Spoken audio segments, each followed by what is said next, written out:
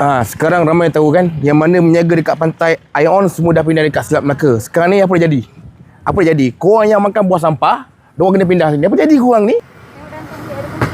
Dek, jaga orang tu.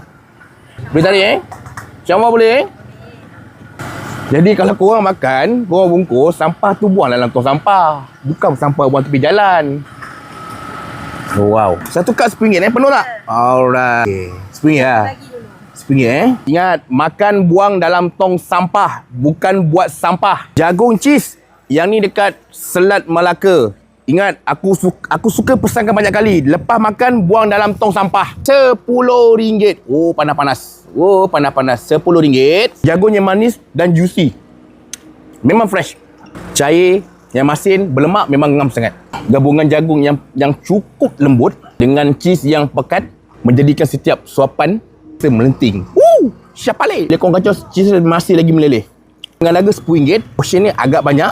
Kalau dia ada topping macam sebut cili atau parmesan, confirm lagi padu. Syapale. Jagung cheese ni memang padu. Jagungnya manis dan lembut. Dipadakan dengan keju yang cair dan pekat, rasa lemak masin. Memang kick 7.8/10. Sedap.